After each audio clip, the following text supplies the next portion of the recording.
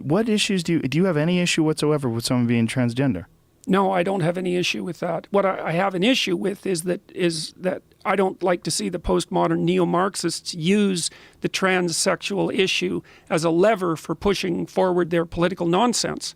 And I said that right from the beginning in the videos I made to begin with. The reason I wouldn't use the words Z and Zer and all those other made-up words, however many there are now, is because I'm not willing to cede the linguistic territory to postmodern radicals.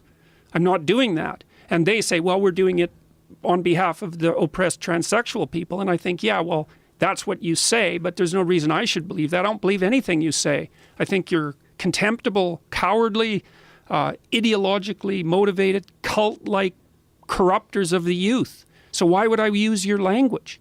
Well, let's unpack that, because one of the things that I find fascinating is how few transgender people want to use those words. The transgender people seem to want to identify with whatever gender they like.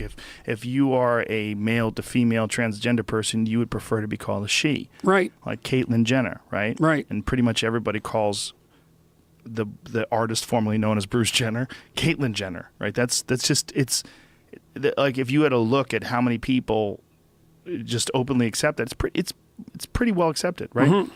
Most transgender people prefer that. They prefer female to male. They prefer to be a man now. I'm a man now. Okay, Bob, Dick, whatever your name is.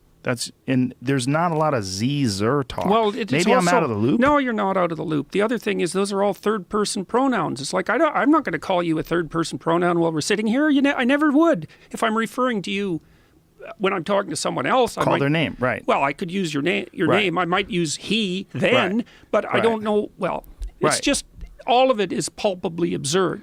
I think it's always hard to get the level of analysis for this sort of issue correct. Because the people who are pushing it forward say, well, we're against harassment and discrimination, and they attribute all the moral virtue to themselves. But then what I see is that they're utilizing a group, a very small minority group, who already have enough problems, in my estimation, for nothing other than straightforward political purposes. I don't buy the warm-hearted, all-inclusive love that the people who are pushing this sort of thing forward claim to display. I don't see that at all. What I see mostly is resentment and the desire to undermine. And I'm quite familiar with the postmodern philosophy, not as familiar as I could be, and also reasonably familiar with its underlying Marxism. And there's nothing touchy-feely about any of that, I can tell you. The best you can do with postmodernist philosophy is emerge nihilistic. That's the best. The worst case is that you're a kind of anarchical social revolutionary that's directionless, except that you want to tear things apart. Or that you end up depressed, which I see happening to students all the time, because the postmodernists rip out the remaining structures of their foundations, of their ethical foundations. So just to be really clear for anybody tuning in, your issues are absolutely not with someone who identifies with a gender other than their biological gender. As long as they're not using that to promote a political agenda. But I don't care about the gender thing. I mean, that's doesn't mean anything. Well, it's someone. It's a personal preference. It's a personal issue. Right, personal issue. It's a personal issue, and I would also deal with it on an individual to individual basis. Because it varies just as much as there are extremely masculine men, extremely feminine women, and there's a broad spectrum of human beings in between, and each one should be dealt with on an individual basis. Yes. Based on what they want. But when you're talking about these made-up words, what it seems like is that some people are trying to push these made-up words and turn them mainstream. Now, the question is, what's the motivation behind that? Is this a necessary thing? Are there so many people that are of asexual or of some sort of... what would be a Z or a Zer? What is that supposed to be? Is that supposed to be a male or a female? Is it supposed to be asexual?